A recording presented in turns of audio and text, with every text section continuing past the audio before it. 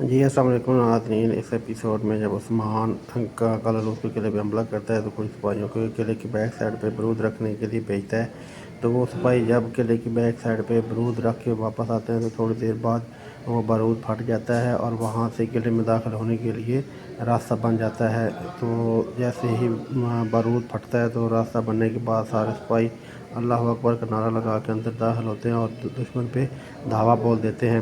جب دشمن دیکھتا ہے کہ سب مسلمان اندر داخل ہو گئے ہیں تو وہ گھبرا جاتے ہیں اور ان کو سمجھ نہیں آتی۔ ادھر صوفیہ بالا کا مقابلہ کرنے کے لیے اور عثمان کے قبیلے میں بغاوت اٹھانے کے لیے داخل ہوتی ہے اور وہاں لوگوں کو ورگلاتی ہے اور عثمان کے خلاف لوگوں کو اکٹھا کرتی ہے اور وہاں پہ بغاوت برپا کرتی ہے۔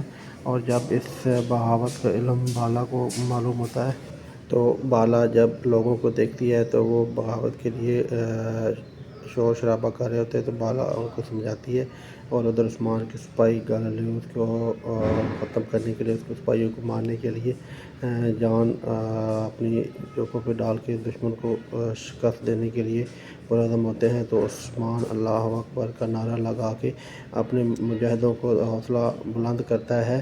تو ادھر بالا جو ہے وہ صوفیہ کا مقابلہ کرنے کے لیے اپنے سپاہیوں کو اکٹھا کرتی ہے۔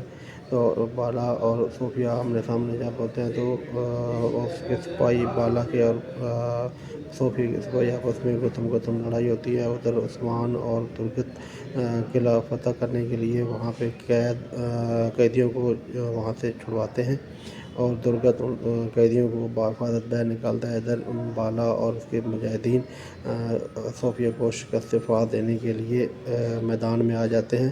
تو بالا خود صوفیہ کا مقابلہ کرتی ہے اور بالا صوفیہ کو شکست دیتی ہے اور بالا کامیاب